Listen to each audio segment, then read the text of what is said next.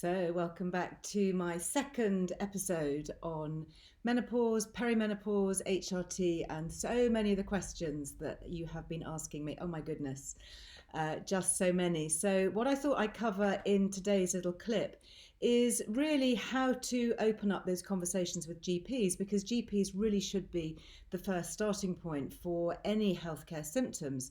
So, just to recap, menopause can technically happen at any age. Very, very rare, obviously, in teens, 20s, 30s, but not unheard of. There's a great organisation called the Daisy Network, if you want to get in touch with them, if you are somebody who's had early onset menopause, and that can be obviously induced sometimes surgically or with cancer treatments. They've got a really good support network.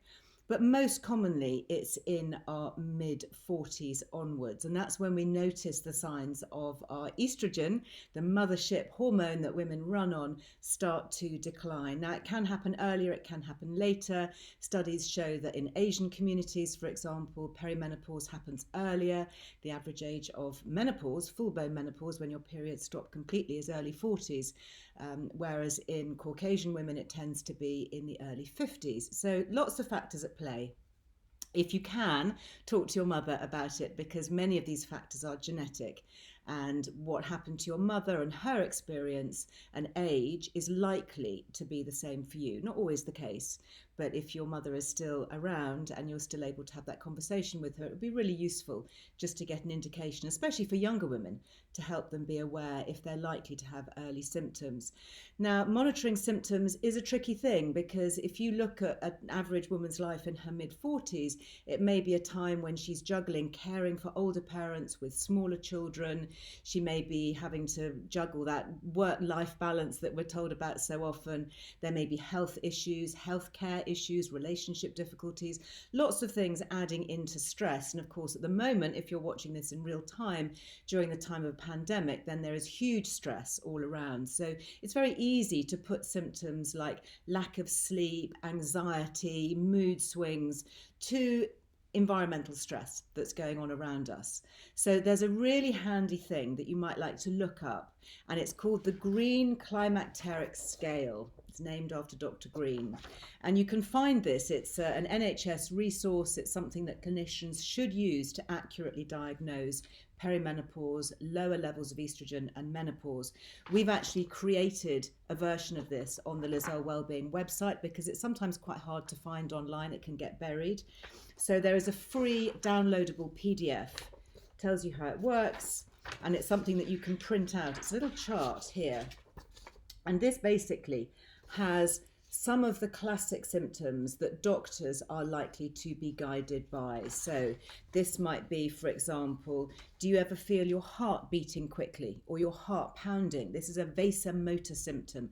Vasomotor symptoms are really common in perimenopause and menopause. Interesting, actually, you may have heard me talk about this before, but Oprah Winfrey in America, who, as you can imagine, has lots of doctors on her show. She's, a massive A-list celebrity. She's got all the resources of information and knowledge and money at her fingertips.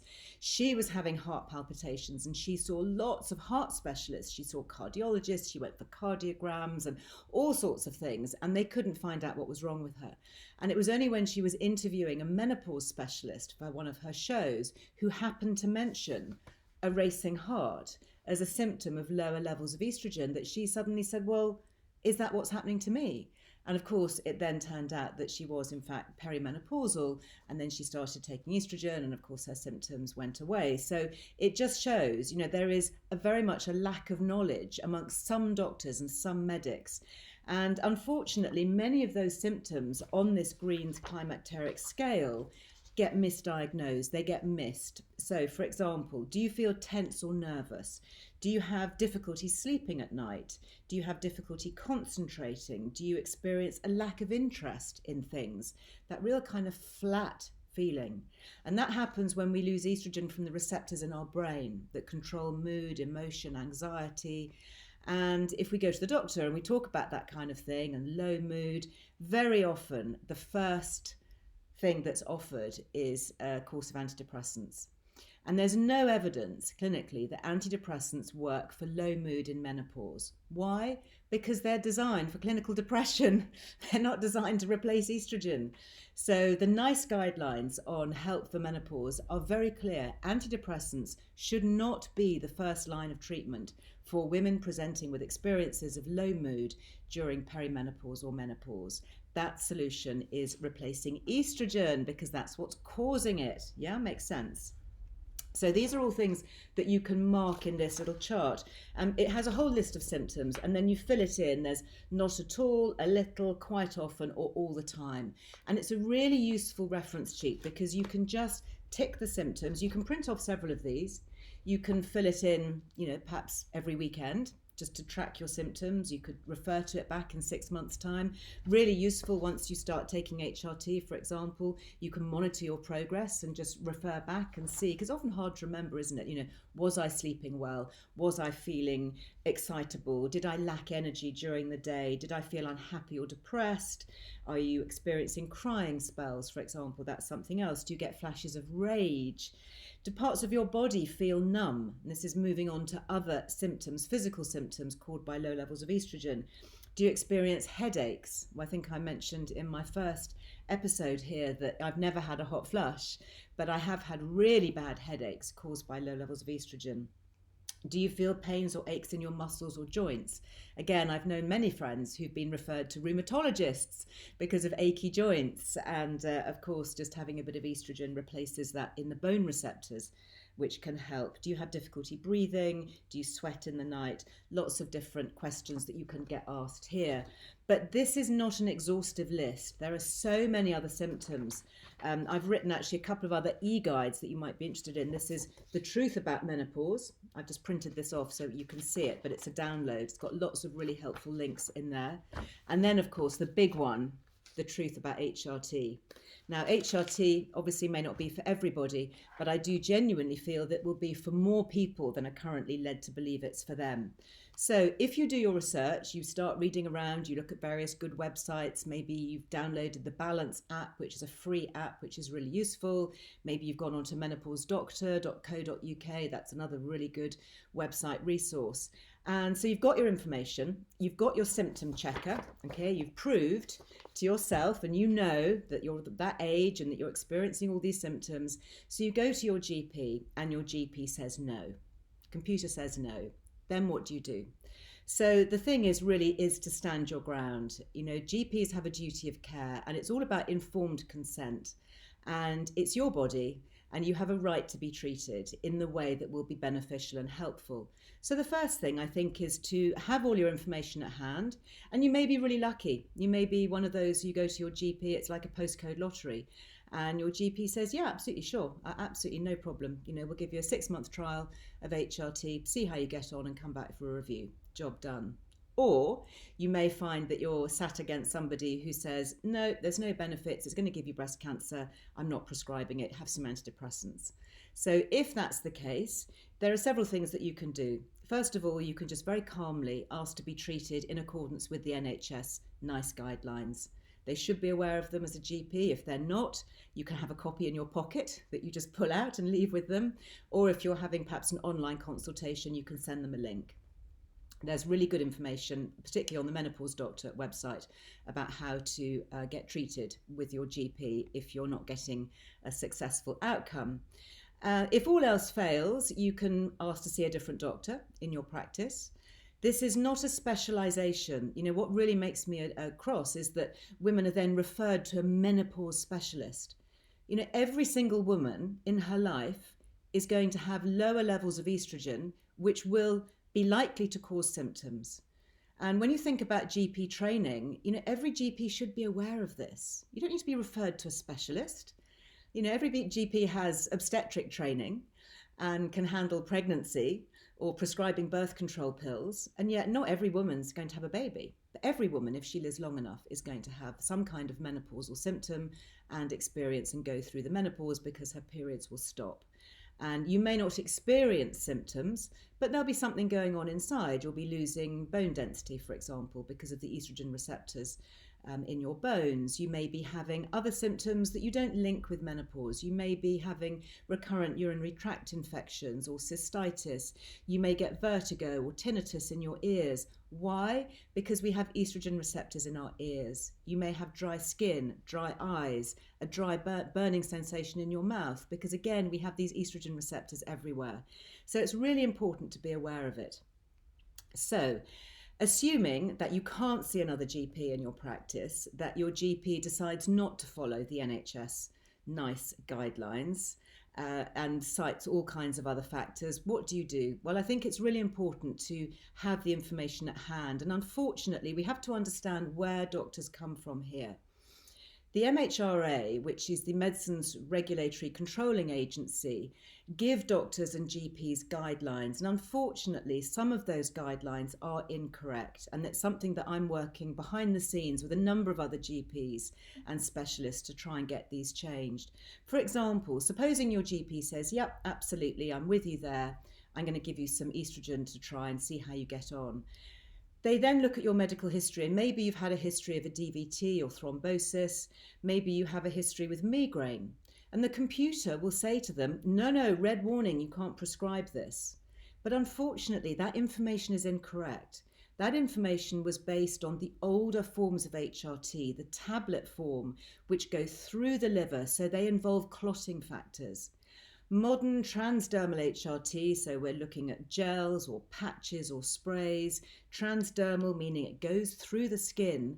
There is no risk of migraine. There's no risk if you have a history of blood clotting or DVTs. High blood pressure, not a risk. In fact, it's even been shown to lower it. Don't have to take my word for it. You can go to many of the medical doctor websites out there. Menopause Doctor, for example, has lots of information and evidence on that. So that's really important to know that. So if you are somebody who has a history of DVTs, you are somebody who has a history of migraine, you need to go with that knowledge so that you can present the evidence. The other thing, of course, is cancer, post-cancer treatment. And it's really interesting looking at the way that HRT has been wrongly associated with breast cancer. And again, that's something that GPs are not aware of. So I've made many podcasts on this, including two actually with Professor Michael Baum, who was one of the leading breast cancer oncologists in the UK until he retired. He was the lead surgeon at the Royal Marsden Hospital. He was the lead on the original trials for tamoxifen. So he is absolutely, totally embedded in the world of breast cancer risk. And interesting, both his wife and his daughter are on HRT, and he's connected with many medics globally. There's another very interesting book actually by Professor Avram Blooming, who is an American senior oncologist who's given HRT to both his wife and his daughter again, but both of them have had breast cancer. But he understands the risk, and he's written this book called Estrogen Matters, which you can find online, which is a really good resource. So previously, they used to actually treat breast cancer with estrogen, interestingly. And when I asked Professor Baum why it's become so demonized, he said, I just don't understand it. So there are lots of things that you can do. There are lots of information and resources. There's a great booklet actually on Menopause Doctor website about post-cancer treatments with HRT. It's also, even if you have active ongoing breast cancer treatment, it's safe to use vaginal estrogen because it stays localized in the area. It's not systemic. It doesn't go through the body. So if that is something that is your situation at the moment, then do please take heart. There's also a really interesting interview that I recorded with the BBC journalist Kirsty Lang, talking about how she went back onto HRT despite having current treatment for breast cancer. So listen to her story. It's a really interesting one. But I think more broadly, a lot of women are told, well, your sister had breast cancer or your mother had breast cancer, therefore you're not eligible for HRT. Well, that's not true either. You know, we are our own individuals. We don't have to be treated the same way that our mother or our sister or any other relative did. We should be treated in our own rights. There's very few other conditions where a GP would say, well, has your mother had arthritis? Therefore, I'm going to give you the anti-arthritis medication. This body is our body, and genetically it will be similar in some ways, but also very different in others. Also, it depends upon the age at which your relative had breast cancer. Breast cancer is very common in older women, particularly as we age, and you can get this slow growing, non-malignant breast cancer. And obviously in younger women, it can be much more aggressive, which is really interesting when you think about the link with estrogen, because young women have more estrogen. And more likely to take the contraceptive pill, for example. So as we lose our estrogen, we tend to get more breast cancer. So how does that work with the breast cancer link? If we are less at risk when we're younger, when we've got more estrogen, how does it follow then that if we are older and we have less estrogen, that we have more breast cancer? Because that's what happens. Those are the statistics.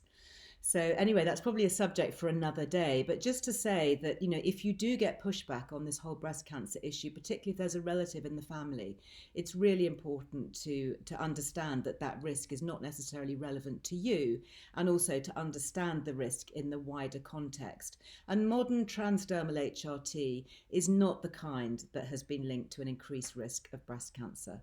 So again, it comes back to type and to dose, and to just being aware really of all the risk factors. We're far more at risk as women for breast cancer if we are overweight, if we drink a couple of glasses of wine in the evening, which are all the things that we're more likely to do if we're suffering from menopausal symptoms. So it's important to look at it in the whole round.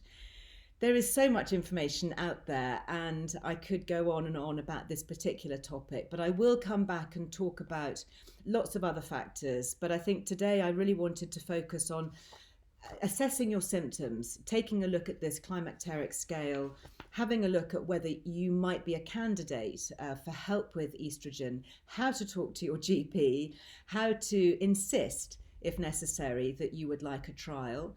If at the end of the day, after all those things and with all that knowledge, the GP is still very reluctant, my advice would be to ask for a written review.